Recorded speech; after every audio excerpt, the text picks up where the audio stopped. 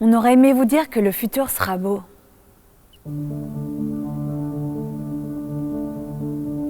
On aurait aimé vous dire que dans 10 ans, on aura réussi à organiser des circuits courts et décentralisés. Qu'on aura réussi à organiser une économie solide locale, où les entreprises sont solidaires. Qu'on aura peut-être trouvé des nouvelles manières de produire, de se déplacer, d'habiter. Que le recyclage et la réparation seront la norme. Qu'on aura réussi à redéployer la biodiversité et à capter le CO2. Qu'on aura réussi à ce que les hommes et les femmes disposent enfin réellement des mêmes droits. Qu'on aura réussi à privilégier la capacité à coopérer et l'empathie. Qu'on sera fiers en fait de ce qu'on aura réussi à faire. Mais la vérité, c'est qu'on n'en sait rien.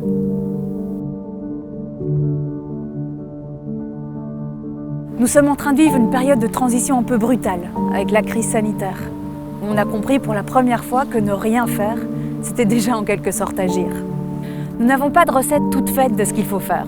Nous n'avons pas non plus de plan pour changer le monde. Par contre, nous croyons en la force de l'action. Et nous savons que chaque décision que nous prenons va avoir un impact. Et nous savons aussi aujourd'hui qu'une bonne décision n'est plus seulement économique. Elle peut être sociale, environnementale, humaniste, artistique. Le monde attend davantage de l'entreprise que juste de la richesse économique. Il ne s'agit plus aujourd'hui pour les entreprises d'être meilleures au monde, en termes de performance financière, mais d'être meilleures pour le monde. Alors pour avoir la force d'agir, il faut trouver des solutions accessibles. Les entreprises ne peuvent pas rester statiques. Elles ont un rôle à jouer. Mais par où commencer? Et puis on dit toujours il faut changer, mais ça veut dire quoi changer? On pourrait imaginer une sorte de pyramide inversée avec plusieurs niveaux, allant du plus stratégique au plus opérationnel. Plus une entreprise décide d'agir à un niveau haut de la pyramide, plus le potentiel de son impact social ou environnemental serait fort. Et pour illustrer ces différents niveaux, on a décidé d'aller à la rencontre de personnes qui ont envie de construire un futur durable. Des personnes qui, avec et grâce à leur entreprise, ont décidé de répondre à ces enjeux de société.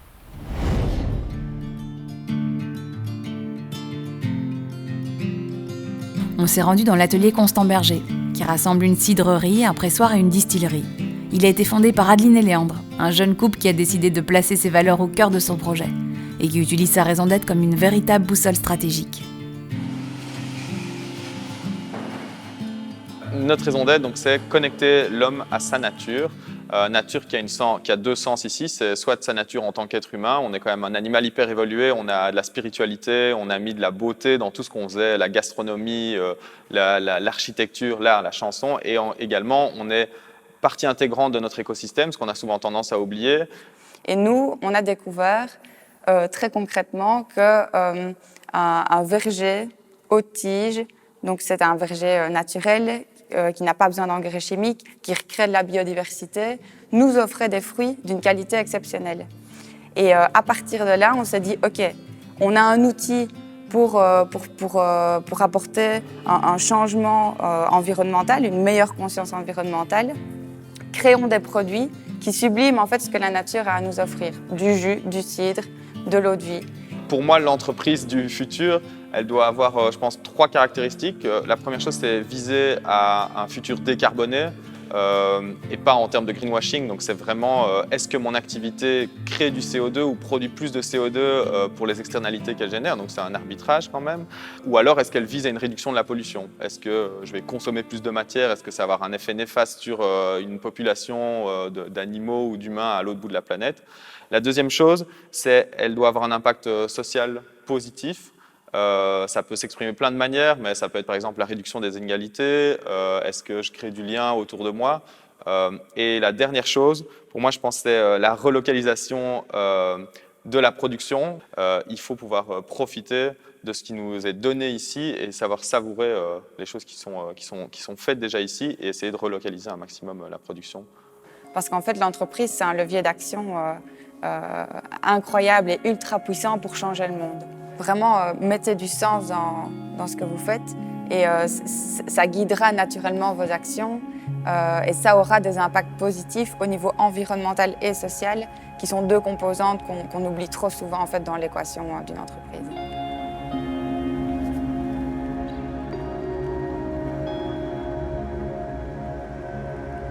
Mettre du sens dans son entreprise. Mais si on place les enjeux sociaux et environnementaux au cœur de sa stratégie, Cette entreprise peut-elle être compatible avec un modèle économique stable qui tient la route ?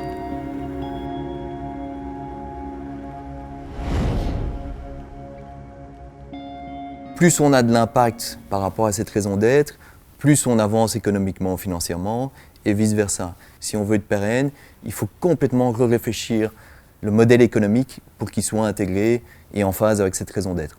Avec des indicateurs aussi d'impact, non pas seulement financiers, mais justement liés à cette raison d'être et voilà, l'objectif qu'on se donne en termes d'impact. Au départ, on avait une volonté de produire du miel et de vendre du miel et d'allouer une partie de ses revenus à de l'impact. On s'est rendu compte que ça ne fonctionnait pas.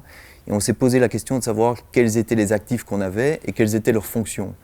Et donc on avait des abeilles qui pouvaient avoir de l'impact autrement qu'en produisant du miel, mais plutôt en monitorant l'environnement. En fait, les abeilles ramènent un maximum d'échantillons de l'environnement qu'on analyse. Et en fait, en analysant ces échantillons, surtout de pollen, on voit tout ce qu'il y a comme polluants industriels et agricoles. Et on voit aussi ce qu'il y a comme type d'espèces de plantes. Et donc on voit les problèmes en termes de pollution, les pics de pollution, et on voit les carences en termes de biodiversité. Et donc sur base de cet état des lieux, on peut commencer à mettre en place des actions avec les clients, qui sont des entreprises ou des villes généralement, mais aussi avec toutes les parties prenantes, donc des citoyens, des agriculteurs ou d'autres. Et donc justement, on rentre dans ce modèle collaboratif à impact qui peut changer l'écosystème à l'échelle d'une ville ou d'un territoire. Voilà, donc concrètement, on est où ici ? On est dans une serre qui est sur une toiture d'un délaise, où vous avez des ruches là-bas aussi avec des abeilles. Et donc, il y a énormément de grosses entreprises aujourd'hui qui se posent la question du sens. Deleuze se la pose aussi. Et donc, ils ont voulu ici mettre en place un projet de production locale qui est repris dans le magasin. Et en plus de ça, grâce aux abeilles, on monitore la qualité de l'environnement. Et donc, on donne les informations aussi à la commune pour qu'elle puisse agir. Et puis, on va communiquer les informations aussi aux citoyens pour qu'ils puissent agir dans leur jardin en régénérant la biodiversité, en utilisant un peu moins de pesticides et donc en sensibilisant les citoyens. C'est un modèle circulaire, complet. Je crois que ça s'inscrit dans les tendances de demain pour les entreprises innovantes. C'est compliqué de lancer une entreprise du futur. Il y a plein de défis. Les gens ne sont pas nécessairement prêts à ça. Nous-mêmes, on n'est pas prêts à ça. En fait, on a été parfois formatés à d'autres choses. Et donc, je pense pour nous, le nerf de la guerre, ça a été d'être bien accompagné par des gens qui ont cette faculté de penser à des nouveaux modèles économiques basés sur l'impact, parce que c'est impossible de tout savoir, de tout bien maîtriser. J'espère que l'entreprise de demain va s'intégrer dans cet écosystème avec beaucoup d'agilité, se réinventer, et qu'elle sera dynamisée par le sens et l'impact qu'elle veut avoir. Une entreprise devrait donc être dynamisée par le sens et l'impact qu'elle voudrait avoir. Et derrière cette entreprise, il y a des humains, des collaborateurs, qui eux aussi doivent se rallier au projet et se sentir bien. Pour qu'elle soit porteuse de sens, cette entreprise, il s'agit de prendre tous les éléments en compte dans ce facteur humain. Et on sait à quel point il est important.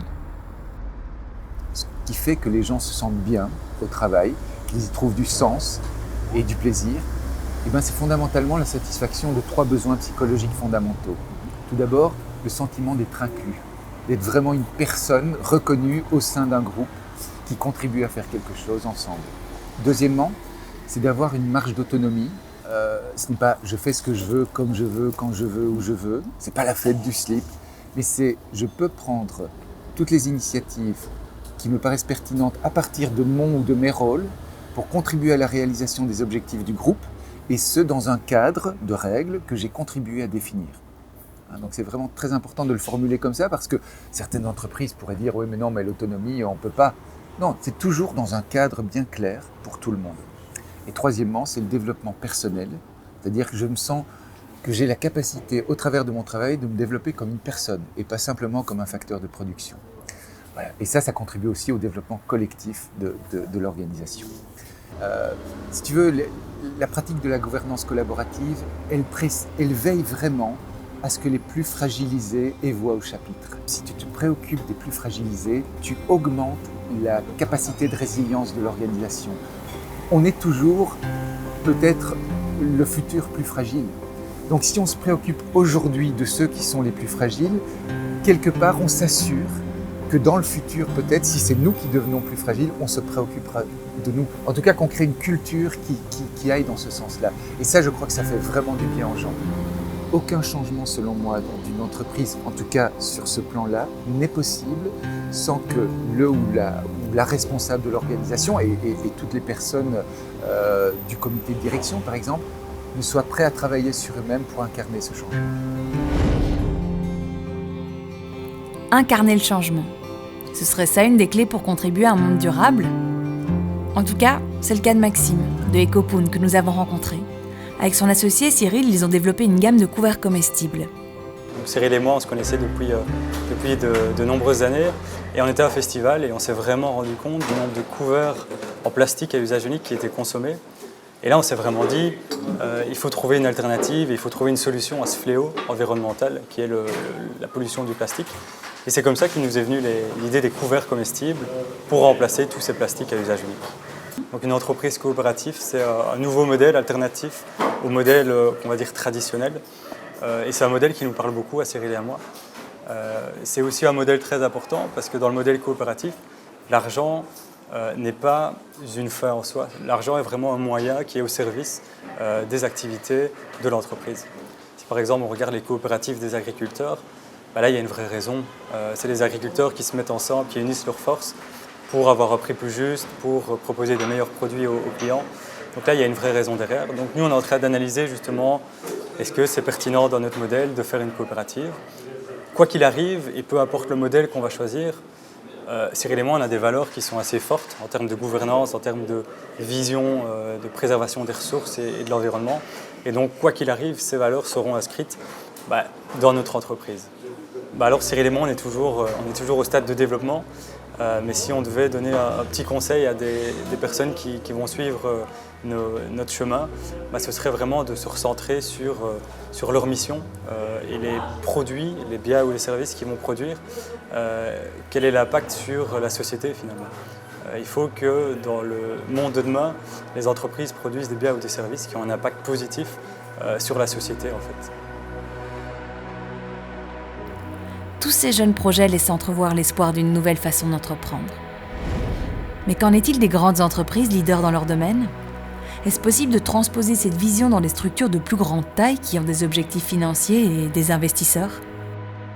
Alors quand vous êtes coté en bourse, en fait, rien ne vous empêche de vous inscrire dans un cadre plus inspirant, plus durable, et notamment en ce qui nous concerne, c'est autour des objectifs de développement durable des Nations Unies. J'aime parler de ces objectifs de développement durable en fait comme le plan stratégique de l'humanité.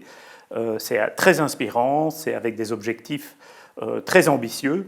Et je trouve qu'une entreprise, ou toutes les entreprises, en fait, ont là quelque chose qui peut les guider dans l'action, dans quelque chose qui a du sens. Et donc, on a ressenti le besoin d'institutionnaliser en fait cette approche que nous appelons l'approche partie prenante. C'est-à-dire que chez IBA, on essaye de créer de la valeur pour nos actionnaires, bien sûr, mais pas uniquement. Aussi pour les autres parties prenantes, les patients, les clients, les employés d'IBA, tout en maximisant notre impact sur la société et en minimisant notre impact sur l'environnement. Il faut savoir qu'aux États-Unis, notamment si vous êtes une corporation, si vous êtes dirigeant d'une corporation et que vous ne maximisez pas le profit, vos actionnaires peuvent vous faire un procès. Et donc, une façon de quelque part s'inscrire de façon plus large là-dedans, c'est de l'inscrire dans vos statuts et c'est ce que nous avons fait.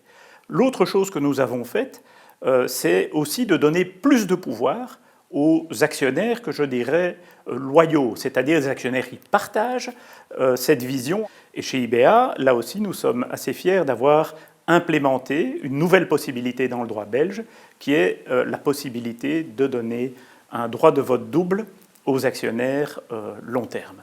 Alors chez IBA, on fait plein de petites choses, notamment autour de la mobilité douce. On a été les premiers à implémenter un vélo de société, par exemple. Mais plus fondamentalement, on voudrait s'inscrire dans le mouvement Bicorp. Le mouvement Bicorp part du constat qu'aujourd'hui, on n'a pas besoin des sociétés meilleures au monde, mais on a besoin des sociétés meilleures pour le monde. Et dans ce cadre-là, on est en train de se certifier Bicorp. Et Bicorp fournit en fait un cadre ou un référentiel. On s'évalue et puis on peut se certifier. Ce qu'on a constaté chez IBA, c'est qu'on était très bon en raison d'être, on était très bon en gouvernance, on était quand même beaucoup moins bon, par exemple, sur les dimensions environnementales. Et donc on s'est posé la question de dire comment est-ce qu'on peut vraiment devenir meilleur et minimiser l'impact de nos activités, notamment sur le carbone footprint de la société. Et tu m'avais demandé de faire des réponses courtes, là je l'ai fait super fort.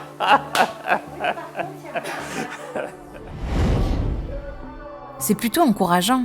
Même pour des sociétés cotées en bourse, le profit n'est pas l'objectif ultime. Des labels comme B Corp sont donc de véritables boussoles pour des entreprises désireuses d'incarner le changement. Imaginez maintenant une entreprise qui utiliserait l'art et le skateboard pour avoir de l'impact social. On a rencontré Charles-Antoine Baudson, fondateur de Skate Room, qui invite les plus grands artistes d'art contemporain à créer des œuvres d'art sur des planches de skateboard et qui, à travers leurs ventes, soutiennent des projets sociaux aux 4 coins du monde. Comme par exemple Skateistan, une ONG qui propose à des milliers d'enfants des programmes gratuits qui combinent le skate et l'éducation. Avec l'histoire de l'entreprise, on a eu tellement de questions auxquelles il fallait répondre, aussi bien au niveau de la production que de l'engagement, que de l'engagement des équipes, etc. On s'est rapidement rendu compte qu'on était très très proche de la philosophie de B Corp. C'est finalement consider people and planet before considering the profit. Toutes les décisions qu'on peut prendre sont drivées autour, 1, des gens, 2, de la planète. Dans notre chaîne de collaboration, on travaille avec des artistes, on travaille avec des retailers, on va toucher un public qui va acheter le produit qu'on a produit, et au travers de cela, nous financerons donc les projets sociaux. À partir du moment et selon notre capacité à pouvoir influencer soit l'artiste, soit le retailer, de jouer son rôle d'engagement également dans cette chaîne, eh bien on pourra donner plus d'argent encore au social. Alors, pour donner un exemple de ce que l'on fait, c'est un magnifique projet. C'est le dernier projet qu'on a fait avec l'artiste qui est derrière, c'est Raymond Petitbon, une véritable légende dans le monde de l'art contemporain.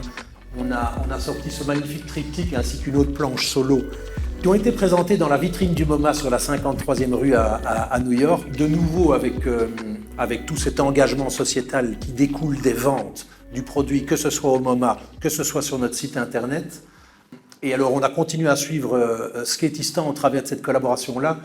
Et l'UNESCO a donné le terrain qui est en face des fameuses roches, des fameuses montagnes qui sont à Bamiyan, en Afghanistan. C'est un endroit qui est très connu et chargé d'émotions parce que c'est là que les talibans avaient fait exploser les Bouddhas qui sont dans la roche. Ça a été en 2001 quelque chose de très très fort pour la communauté internationale. Il y avait un bâtiment sur le terrain qui a été donné, qui sera exploité comme école pour déployer les programmes Back to School, Skate and Create and Youth Leadership, qui sont les programmes éducatifs de Skateistan. Et nous sommes en train de financer la construction d'un skatepark qui est gigantesque. Et voilà. Et ils pourront s'occuper de tous les enfants avoisinants dans un périmètre, je dirais, d'une centaine de kilomètres. Alors chez Skate Room, l'engagement social est évident vu qu'au travers des ventes, on aide des enfants des rues aux 4 coins du monde. Mais quand on fait une activité comme celle-là, on a envie d'être positif à tout point de vue. Et il est évident que le providing du bois qui est lié à la construction de toutes ces planches a été une question clé. Donc on a décidé d'être au moins neutre aujourd'hui et demain nous mettons en place un outil de manière à devenir positif et à de replanter des arbres supplémentaires pour même avoir un impact positif sur la planète et de considérer l'environnement. Pour bâtir le futur, quelles opportunités on a aujourd'hui. Le monde on a tellement identifié tellement de problèmes dans le monde aujourd'hui que si pour les jeunes aujourd'hui, identifiez un problème qui vous tient à cœur, essayez d'y réfléchir, construisez une activité économique autour de cette réalité pour soutenir ce déséquilibre qui vous tient à cœur. Et aujourd'hui, toutes les portes vous sont ouvertes. Je peux vous dire qu'il y a 7 ans, quand nous, on s'est battu pour ça, c'était très compliqué. Aujourd'hui, c'est le terrain fertile de demain. Il y a des exemples autour de nous qui, même petits, portent en eux les germes d'une nouvelle économie. Des jeunes ou des moins jeunes pleins de motivation et en recherche de sens qui ont décidé de mettre au vestiaire leur compétition pour le bien commun. Imaginez un peu que ça devienne la norme. Réfléchir à l'impact de son entreprise et l'amplifier, c'est une façon de construire le futur. Et aujourd'hui, c'est notre proposition. Demain, vous en aurez peut-être plein d'autres des propositions. Ce monde d'après, il nous appartient de le bâtir. Mais il va nous falloir de l'humilité, de l'audace, du courage, de la patience. Mais il n'est pas trop tard. Alors construisons-le avec nos imperfections pour que ce monde d'après soit un petit peu moins imparfait.